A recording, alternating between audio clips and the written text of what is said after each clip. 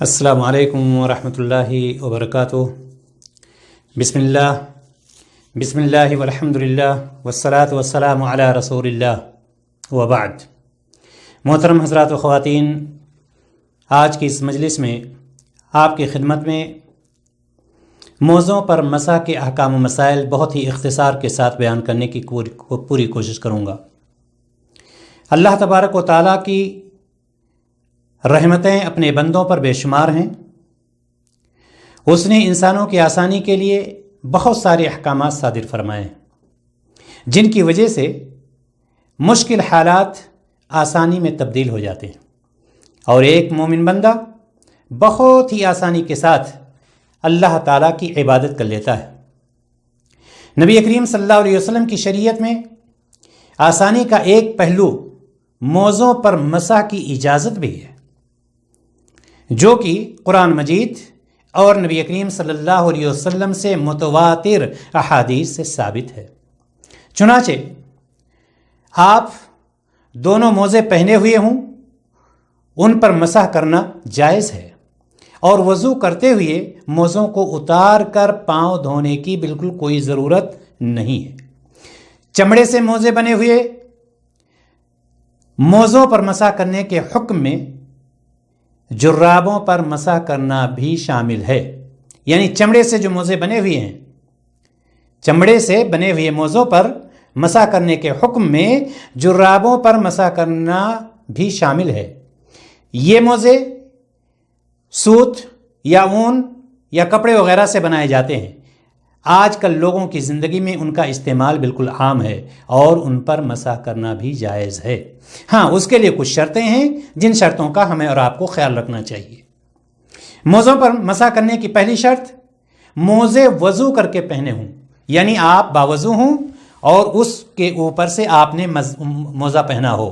جس طرح سے مغیرہ بن شعبہ رضی اللہ تعالی عنہ کو آپ صلی اللہ علیہ وسلم نے فرمایا تھا، رہنے دو، میں نے انہیں وضو کر کے پہنا تھا، یعنی جب مغیرہ بن شعبہ آپ کا موزہ نکالنے جا رہے تھے۔ دوسری شرط یہ ہے کہ موزے یا جراب آپ کے پاک ہوں، یعنی وہ ناپاک نہ ہوں، پاک صاف ستھرا ہوں، اور آپ نے وضو کر کے پہنا ہے تو اس پر آپ مسح کر سکتے ہیں۔ اسی طرح سے تیسری شرط یہ ہے کہ مسح حدث اصغر، یعنی وضو ٹوٹنے میں ہوتا ہے۔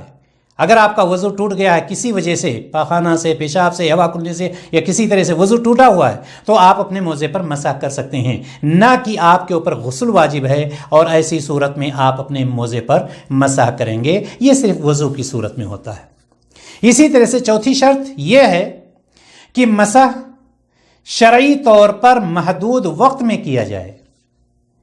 شرعی طور پر محدود وقت کیا ہے اس کا؟ یعنی مقیم کے لیے 1 دن 1 رات، جبکہ مسافر کے لیے 3 دن 3 رات۔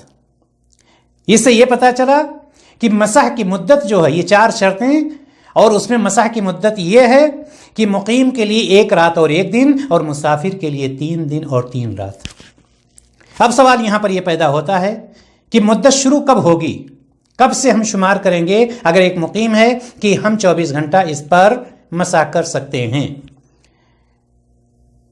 پہلی بار مسح کرنے کے بعد، جب آپ پہلی بار مسح کریں گے، مطلب یہ ہے کہ ظہر میں آپ نے وضو کیا اور موزہ پہن لیا، اور اس کے بعد آپ موزہ پہنے ہوئے ہیں، عصر کی نماز میں دوبارہ آپ کو وضو بنانے کی ضرورت ہے۔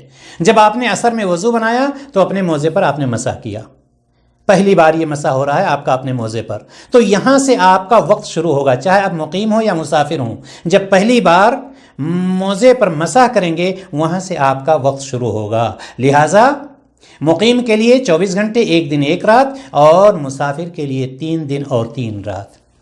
اسی طرح سے محترم حضرات و خواتین، مسح کا طریقہ ہمیں معلوم کر لینا ضروری ہے۔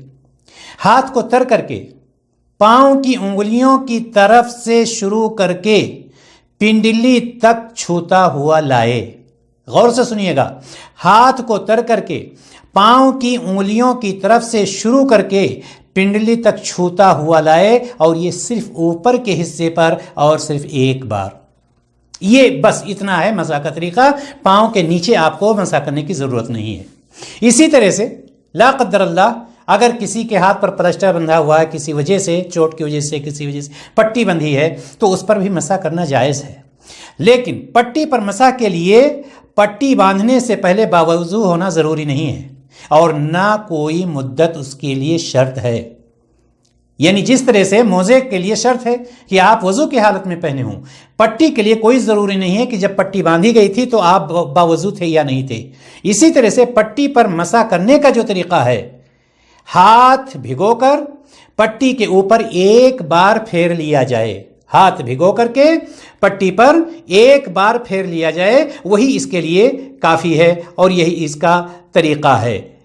اس کے علاوہ اس میں کوئی اور چیز نہیں پائی جاتی ہے۔ ہم اللہ تعالیٰ سے دعا کرتے ہیں الہ العالمین ہم سب کو قرآن اور حدیث کے مطابق عمل کرنے کی توفیق عطا فرما۔